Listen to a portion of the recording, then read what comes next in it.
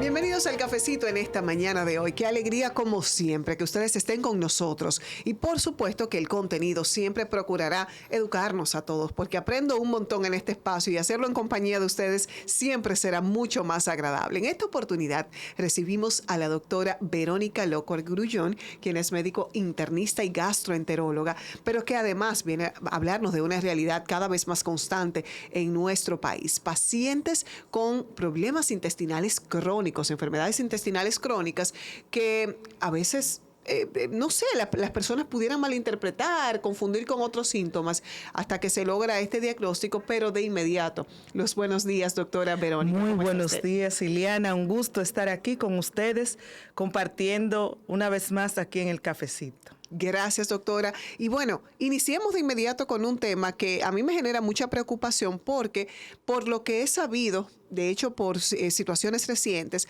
hay personas que tardan incluso en el diagnóstico de este tipo de enfermedades, que a veces se confunden, que otras incluso son intervenidas quirúrgicamente por otras cosas que nada tienen que ver y terminan aquí. ¿Qué tan frecuente están estos casos y estos diagnósticos y si están siendo más oportunos actualmente? Pues bien, ahora mismo yo formo parte del capítulo de las enfermedades inflamatorias crónicas del intestino de la Sociedad Dominicana de Gastroenterología. Y tú has dicho dos cosas muy importantes, que los pacientes tardan en el diagnóstico y muchas veces son llevados a cirugía sin el diagnóstico oportuno. Dos cosas muy importantes y por las que nosotros como Sociedad Dominicana de Gastroenterología estamos muy interesados en que la población conozca e identifique aquella sintomatología que puede hacerle sospechar que puede estar cursando con una enfermedad inflamatoria crónica del intestino. Entonces comencemos por el ABC de esta enfermedad. ¿Cuáles son esos síntomas con los que comienza a manifestarse? E insistimos, como no existe un diagnóstico oportuno en casi todos los casos, ¿cómo va degenerando? O sea, ¿cómo va evolucionando esta enfermedad? Porque yo tengo entendido que esos son dolores que no se quitan. Sí, pues bien, las dos principales entidades que comprenden a la enfermedad inflamatoria crónica intestinal son la enfermedad de Crohn y la colitis ulcerosa. Hay un grupo pequeño de pacientes que se le conoce como colitis indeterminada, pero los principales son enfermedad de Crohn y colitis ulcerativa.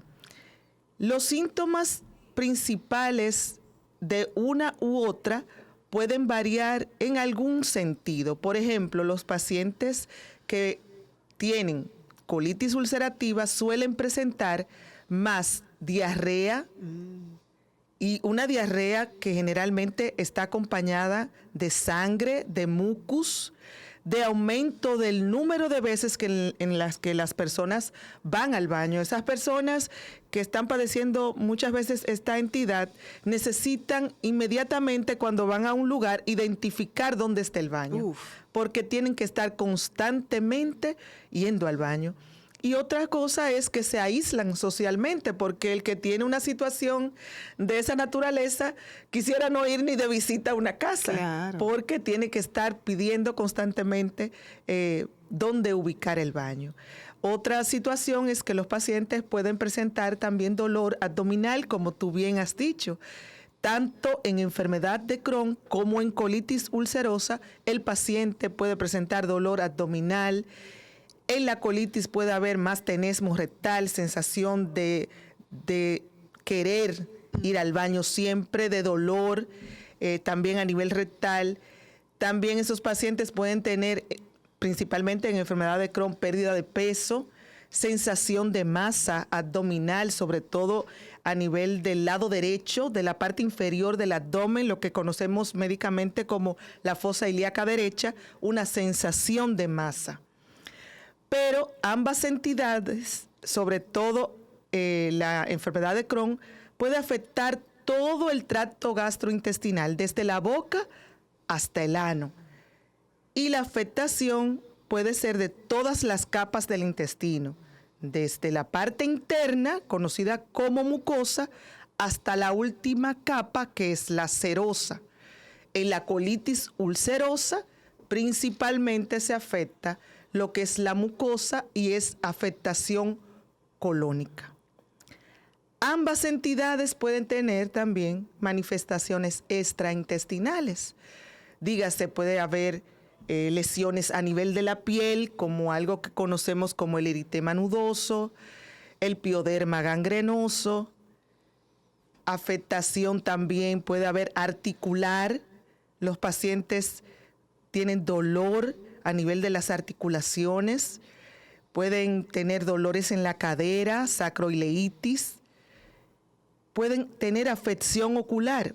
Esta semana en Unión Médica hicimos una conmemoración del día en que se celebran estas enfermedades y uno de los pacientes que pertenece a la fundación, que por cierto estuvo aquí recientemente, habló de su condición y de lo que tardó en el diagnóstico y de que incluso llegó a perder la visión de un ojo. Porque la afectación general de la enfermedad puede llevar incluso a afectación de la visión. Y doctora, la verdad es que es preocupante en términos médicos la tardanza en el diagnóstico de enfermedades que tienden a ser tan molestas y dolorosas para el paciente. Y hacíamos alusión de que muchos especialistas, incluso en gastroenterología, desconocen estos síntomas o no profundizan en los mismos para identificar a tiempo. Cuando recibíamos pacientes de esta fundación, nos decían, es que yo duré 11 años, yo duré 4 años, a mí me operaron de varias cosas, incluso de adherencia, pensando o ubicando posibles respuestas cuando siempre se trató de esta enfermedad. ¿Hay una escasez de información en especialistas del área o ya de alguna manera se está superando? Bueno, lo primero es la educación, la buena formación médica desde la base, desde el médico general o el médico internista que puede recibir el paciente. Muchos son diagnosticados por mucho tiempo por parasitosis intestinales, por síndrome de intestino irritable y pasan años antes de que el paciente pueda llegar quizás al especialista que tenga el conocimiento, incluso dentro de nuestra misma especialidad puede pasar desapercibida. Lo primero es pensar en la posibilidad diagnóstica para obviamente esta patología necesita de varios recursos con los que contamos los médicos para llegar al diagnóstico. No existe una sola forma de hacer el diagnóstico. Está la clínica que presenta el paciente, como ya te había mencionado.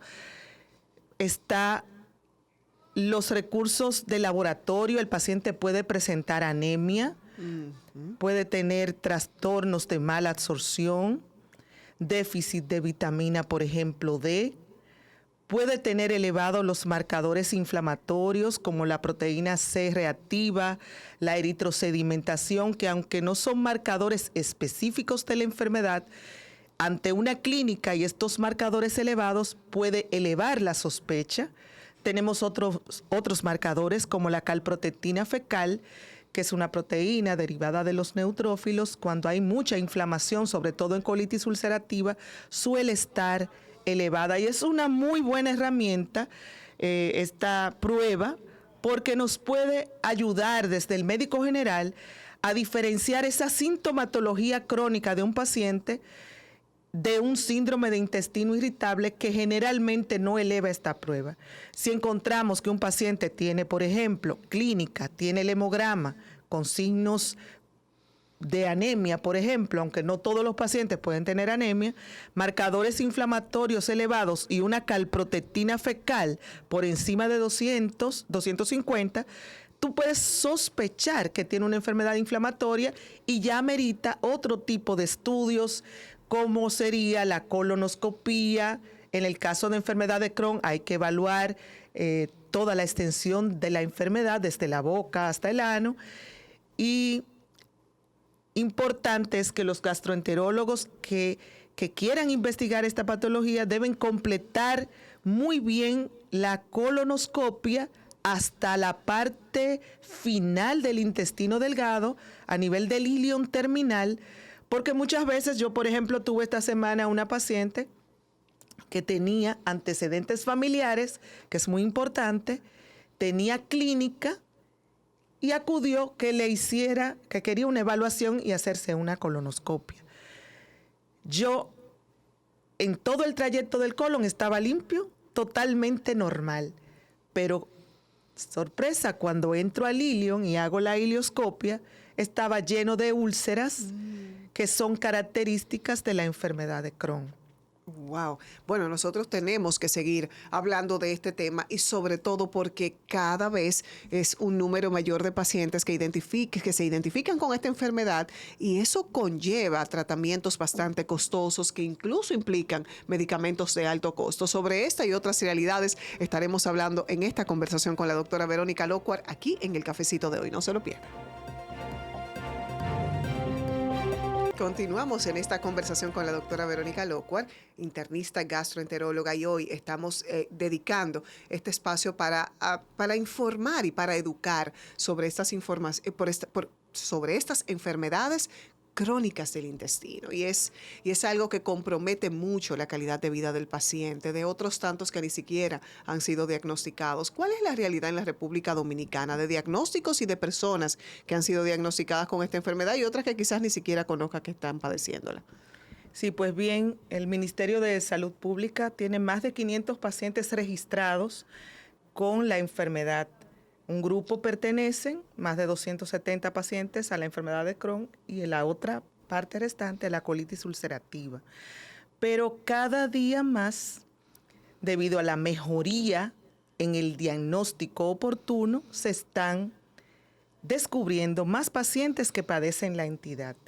Yo digo que incluso el mismo COVID-19 fue un disparador de la inmunidad, porque estas son enfermedades que son inmunomediadas, así como lo es, mucha gente conoce lo que es el lupus eritematoso sistémico, por lo menos ha escuchado de él, la artritis reumatoide, son, vamos a decir, pertenecen al mismo grupo de enfermedades donde el sistema inmunológico juega un papel muy importante. Este grupo de enfermedades, tanto enfermedad de Crohn como colitis ulcerativa, pertenecen a este grupo de enfermedades. Se dice que la espondilitis anquilosante, la artritis, son primas hermanas de estas enfermedades. Pero está involucrado como factores de riesgo la dieta, el medio ambiente, para que se desarrolle. Obviamente, la parte genética es importante. Ya te dije que en familias hay un porcentaje más alto de que si tú tienes un hermano o un primo que tiene enfermedad de Crohn y tú tienes la sintomatología, es todavía más preponderante que investigues si tú también la padeces. O sea, que se ve en familias. Importante el consumo alto de grasas. Eso le iba a preguntar, doctora, ¿cuáles son esos alimentos o tipo de alimentación que incrementa la posibilidad de padecer de esa enfermedad? Bueno, en Estados Unidos, que hay una alta población de pacientes con enfermedad inflamatoria intestinal, el consumo de las comidas rápidas, con alto consumo de grasas, alimentos procesados, son disparadores de ese sistema inmunológico, así como también los pacientes que han padecido infecciones gastrointestinales, que tienen disbiosis a nivel del microbioma, de la microbiota intestinal, son disparadores de la enfermedad. O sea que si tú tuviste un proceso gastrointestinal serio y tienes el antecedente genético, ese puede ser un disparador para que ese sistema inmunológico se active y produzca sustancias que van a atacar a las propias células intestinales, produciendo la inflamación que se va a perpetuar en el tiempo y se va a traducir en lo que ustedes probablemente ya han mostrado en pantalla, claro, de lo que son las ulceraciones a nivel de la mucosa del colon, que pueden ser en la colitis ulcerativa continuas y afectar el recto. En la enfermedad de Crohn, esta afección o esta afectación del aparato gastrointestinal suele ser discontinua, en forma de parches, parcheada, y produce en muchas ocasiones lo que son los granulomas no caseificantes, a diferencia de lo que es la tuberculosis, que entraría dentro de los diagnósticos diferenciales de la enfermedad, así como otras afecciones como la enfermedad celíaca, que muchos han escuchado, la intolerancia al gluten. Claro. También entraría dentro de las patologías que hay que descartar, y entre otras. Doctora, una persona diagnosticada que necesariamente tiene que adherirse a estos programas de alto costo porque tenemos entendido que estos tratamientos son muy costosos. De manera paralela, ¿qué otras acciones puede realizar en términos de cambio de estilo de vida para poder colaborar con el tratamiento y de alguna manera evitar esos picos de crisis de estas enfermedades? Pues bien, no solamente en la enfermedad inflamatoria están los medicamentos de alto costo. Los médicos tenemos varios recursos, dentro de los que están la modificación del estilo de vida, mejorar la dieta, mejorar el consumo de fibra en la dieta, mejorar o evitar esas comidas rápidas, altas en grasas.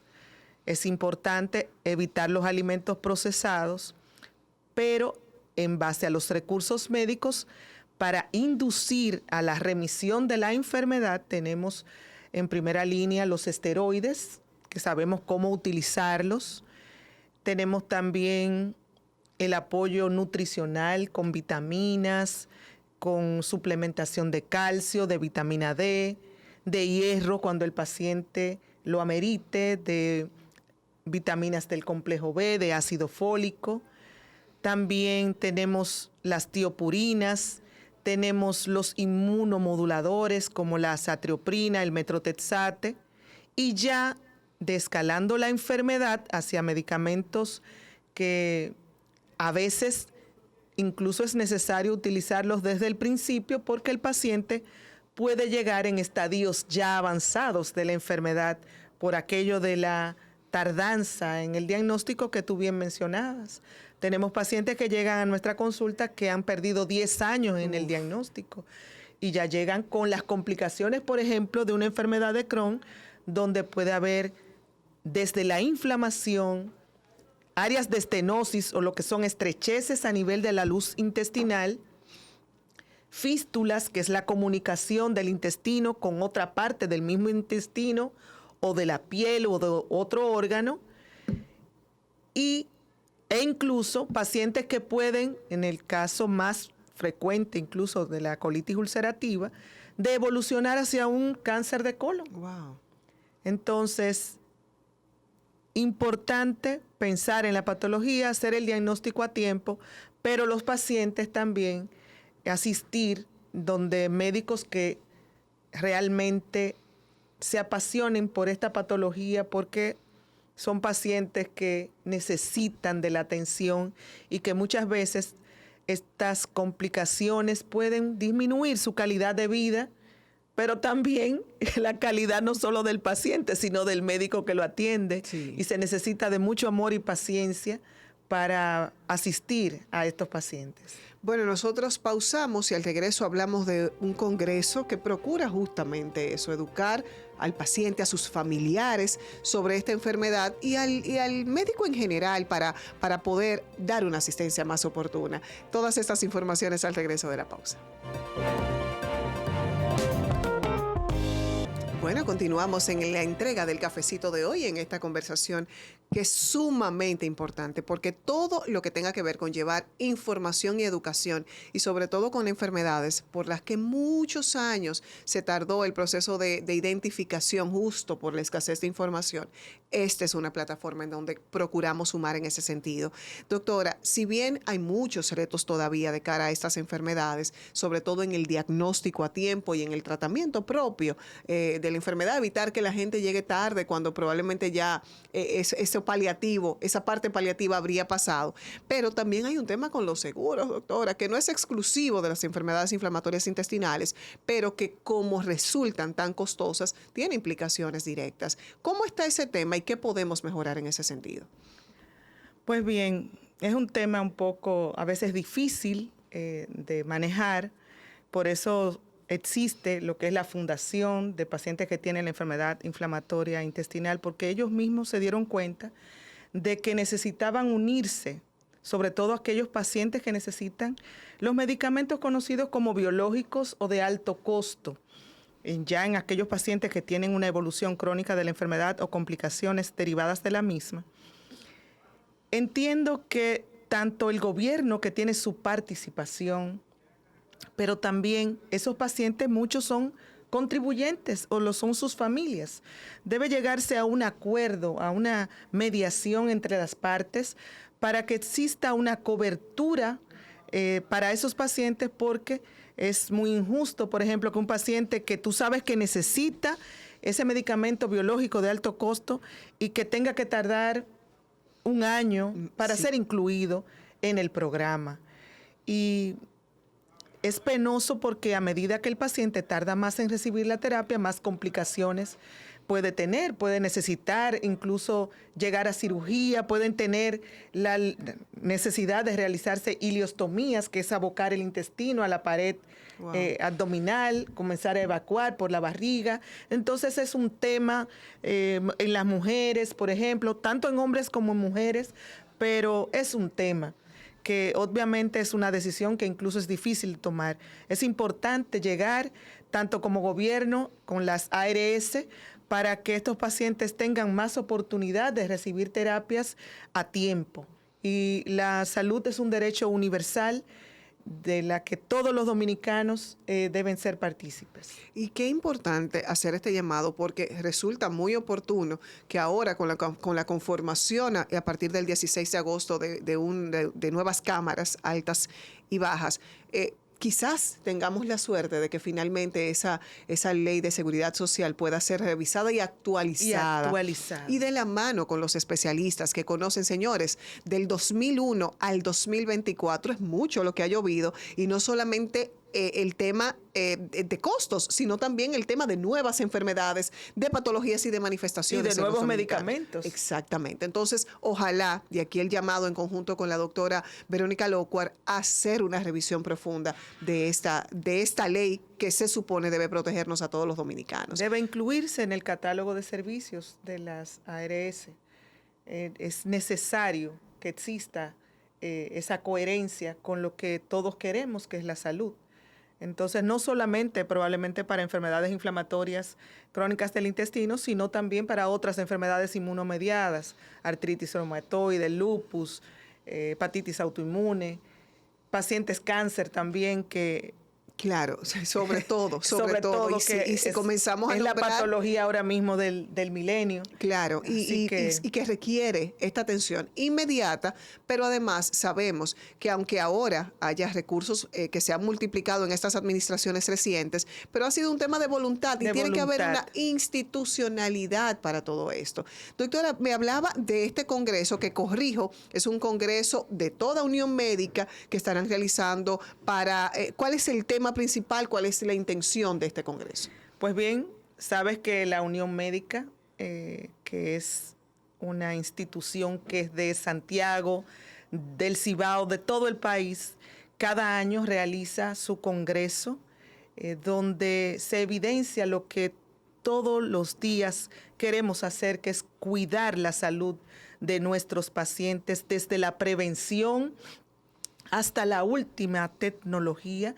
El Consejo de Administración de la Clínica Universitaria Unión Médica, con su presidente, el doctor Julián Suet, de todo el Consejo de Directores que le acompaña, la doctora Javiela Tejada, que me acompaña en la dirección médica, que es la actual directora médica, también se ha empeñado en que este congreso sea exitoso. Y el principal tema es el turismo de salud. República Dominicana es actualmente la segunda ciudad o el segundo país más visitado en Latinoamérica en relación a lo que es turismo de salud, y queremos explotar eso. El primer tema tenemos con el doctor Cambiaso en la noche del 31 de mayo, hablando de turismo de salud. Cada día son más los pacientes que vienen, por ejemplo, con las cirugías plásticas. Claro, claro. Muchas. Pero migrar, porque somos altamente reconocidos en cirugías plásticas, cirugías bariátricas, que ahora es un factor común. Sin embargo, existen tantos buenos especialistas y, sobre todo, yo siento que cada uno de los centros de nuestra ciudad de Santiago se ha empeñado en modernizarse, en tener equipos de alta tecnología que de hecho nos colocan en primer lugar en el país. En el país en completo. Muchísimos de estos. A orgullo lo decimos. Claro que sí. Que Santiago es la ciudad con mejor estructura y, por qué no decirlo, en muchos aspectos de llevar protocolos que nos permite la misma estructura. Tenemos escuela de médicos que están en formación, por eso nos llamamos clínica universitaria. Y todo eso hace que el conjunto de cosas, lo que tú mencionas de la alta tecnología que tenemos en las instituciones de Santiago, nosotros como Clínica Universitaria Unión Médica, queremos brindar ese servicio. Por ejemplo, en mi práctica, y la práctica yo sé que de muchos médicos aquí, recibimos muchos pacientes de Estados Unidos, por ejemplo, que no han concretado un diagnóstico, que necesitan de un estudio rápido porque tienen, por ejemplo, un sangrado gastrointestinal recurrente, mucha sintomatología, y deciden venir a República Dominicana porque se han dado cuenta de que nosotros hemos optimizado el diagnóstico de muchas patologías y podemos agilizar ese diagnóstico. Entonces, qué importante destacarlo entonces en este congreso. Reiteramos las fechas del congreso. Del 31 de mayo al 1 de junio tenemos también salud cardiovascular, salud mental, cómo se han incrementado las patologías mentales en el último tiempo, turismo de salud. Tenemos también nuestra institución está la única certificada en el país como el área de ictus o de los pacientes que llegan con accidentes cerebrovasculares. Tenemos la certificación americana de que estos pacientes van a recibir la mejor calidad de la atención. Y es global, incluye pediatría, cirugía, avances en ortopedia. O sea que Clínica Universitaria Unión Médica sigue creciendo y queremos ser ese respaldo no solamente a nuestra comunidad de Santiago, del Cibao, sino de todo el país, ¿por qué no del Caribe y Latinoamérica? Así mismo es, porque Santiago, que siempre ha brillado siendo pionero en muchísimos sectores, educación, económico y de desarrollo nacional, lo es ahora también a nivel de salud, y en este congreso del 31 al 1 de junio lo quedará de manifiesto con tantos profesionales. Pausamos. Al regreso de la pausa, la parte final del cafecito de hoy. En esta entrega del cafecito de hoy hemos abordado la situación y condición de las enfermedades de inflamación crónica a nivel intestinal y sobre todo el sufrimiento que esto genera en los pacientes, la escasa información que había hace algunos años y ese diagnóstico tardío que permite que se pierda tiempo. ¿Cuáles son esas recomendaciones puntuales que pudiéramos identificar para esas personas que probablemente están manifestando síntomas similares y que no tienen todavía un diagnóstico?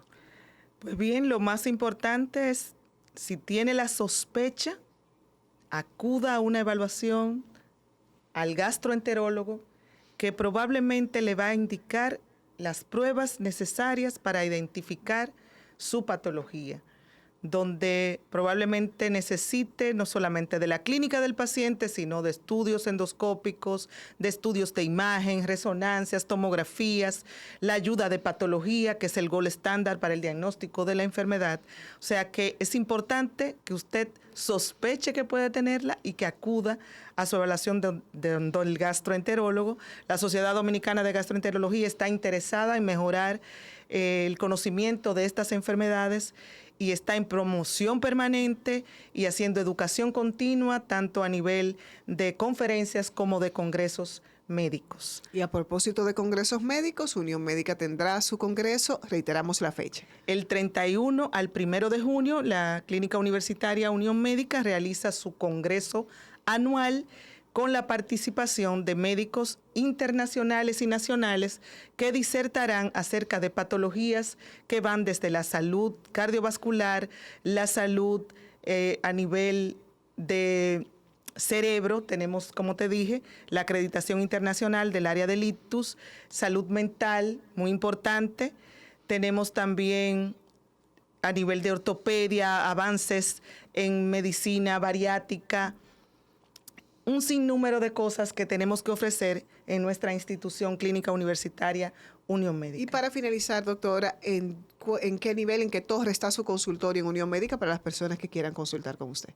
Estamos a la orden en el consultorio 316 de la Torre B de la Unión Médica. Bueno, pues ahí podemos encontrar a la doctora Verónica Locuar, quien ha estado con nosotros abordando temas tan importantes como la conciencia y la educación que debemos tener sobre estos padecimientos de inflamación intestinal crónica. A ustedes las gracias por acompañarnos. Gracias, doctora, gracias como siempre, por estar con nosotros. Recibirnos, y en nombre de la Sociedad Dominicana de Gastroenterología y la doctora Clara Lía Almonte también le damos las gracias. A ustedes, por supuesto, por siempre ser parte de este espacio, invitándoles a continuar con la programación de Teleuniverso.